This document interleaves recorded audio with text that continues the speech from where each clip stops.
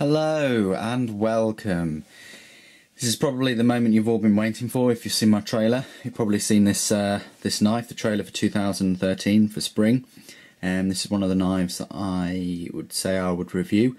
So here it is. This is my review of the Kershaw Leek in Damascus steel. Okay, first I'll talk about some specifications. The overall length open is 6.9 inches or 17.7 centimetres. The blade length is 2.8 inches or 7.3 centimetres. The cutting edge is 3 inches or 7.8 centimetres. And the weight is nigh on 3 ounces or 87.7 grams. Okay, this knife, I think that it is kind of limited edition. Okay, because when I purchased one of these, they got bought pretty quickly. Okay, and I've looked on Kershaw's website, it's not there, and I've looked on other websites and they're out of stock. So if you have got one, excellent. If you haven't, still look into the other variations of this Kershaw Leek, because honestly, it is enough good things cannot be said about it, in my opinion. We'll talk about some of the features and then we'll go on to my opinions later on. Okay, so this particular Kershaw Leek has this coating. Okay, it's called a tungsten DLC non-reflective finish on 410 stainless steel handle scales. Okay, it's a lot of jargon and things in that. Basically, it just means that the way that the handle scales have been treated and things means that it's going to be quite hard and scratch resistant. Okay, and at the same time it's actually quite grippy. It's grippier than you'd think. Okay, it's not a sandpaper kind of grip, but it's there is some purchase on it. Okay, now the pocket clip, what can I say? Excellent job there, Kershaw. It's much better than a lot of their other pocket clips, such as that one, and such as that one. It's awful. And there are plenty of other examples I could use. Okay, but in my opinion, that is one of the best pocket clips they've come out with. Okay, it is tip up or tip down carry, but it is only right side. You notice there's no holes on the face of the knife. Okay, as I say, it's a very decent pocket clip, very sturdy. Okay, very strong. A little point I'd like to mention is that it does ride quite low, but if you're carrying it tip up, like I do, then it's not going to ride as lower as if you're carrying it tip down. Okay, but with this kind of speed safe mechanism and things, and with the point of this knife, it's extremely pointy, as pointy as a military or something like that. Okay, a Spyderco military, but it's just very pointy. I've heard many stories of people's tips being broken off and things. Okay, so I just wouldn't risk it carrying it tip down. Okay, but I thought I'd make that note that it is going to be deeper carry if you did carry it tip down. Okay, rather than tip up. All right, so that's a little note there. The deployment, it has the flipper.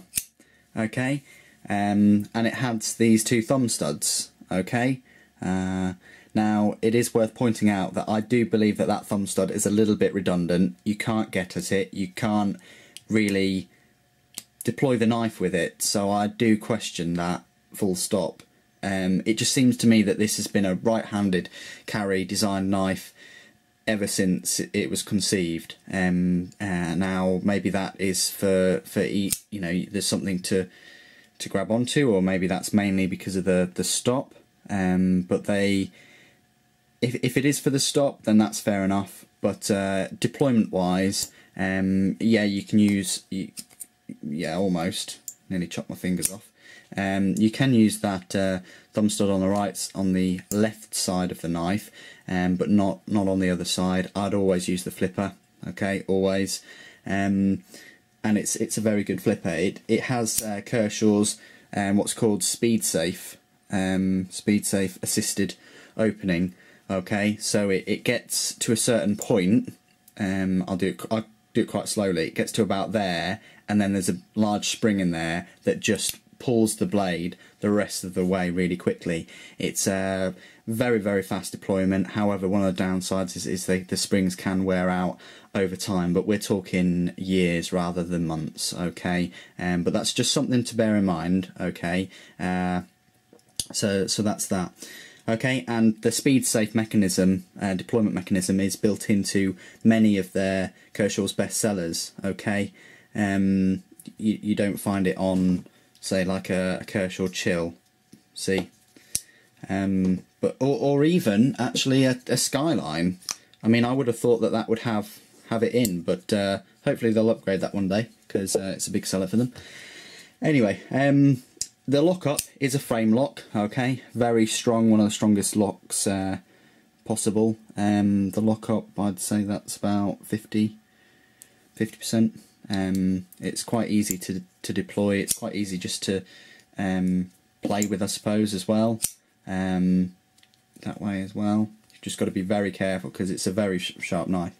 Okay, ergonomics, it's very comfortable. I'd say it's one of the most comfortable Kershaw knives they make. As you can see, I've got a large hand, and all my fingers fit perfectly. It's just a very comfortable knife.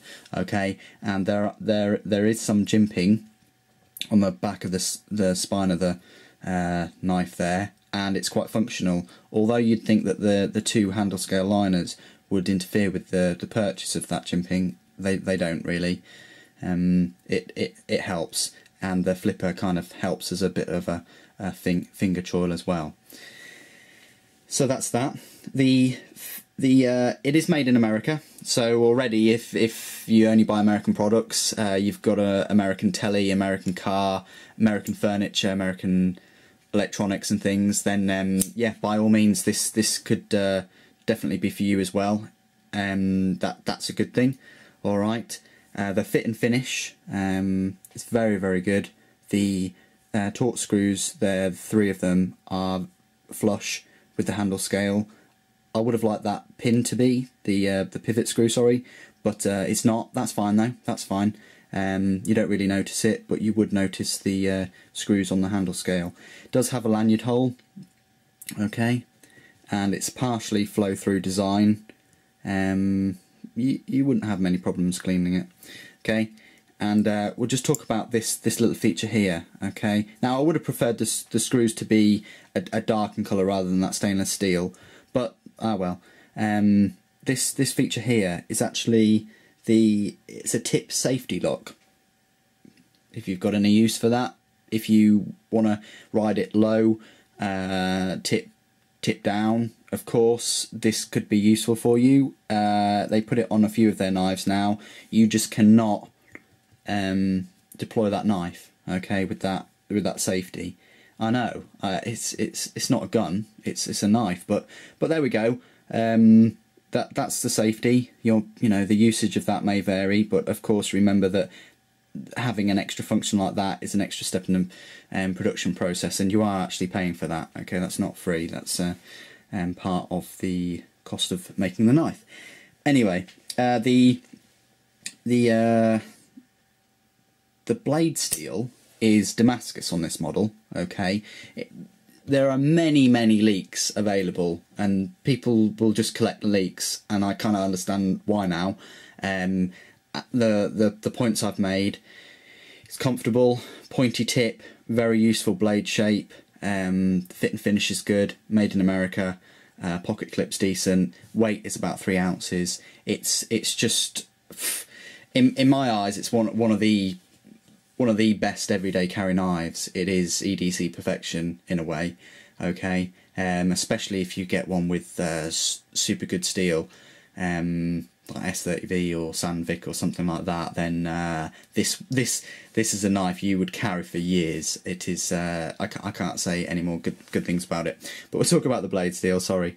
Here we go. It is Damascus, and now when I first got it, it was nice and shiny Damascus, and then I cleaned it with my cloth, and now it's gone a bit duller, a bit darker, and there are a couple of spots that are still a bit shiny. Okay, Don't know whether that's the norm. I don't know whether it needs to be oiled all the time. This is my first Damascus steel knife, believe it or not, so I'm quite new to it. If you've got any comments about Damascus steel, please put them down below. I think it's the ladder effect. Again, you know, please do put in the comments if I'm wrong about that. It's a Ken Onion design, okay, but it's very nice, handsome looking knife, and I do love that Damascus blade steel. It came very, very sharp, okay. I'm not sure about the wear and the use, but I think it's going to be quite easy to sharpen as well. The price of one of these, I bought this for around about £100, okay.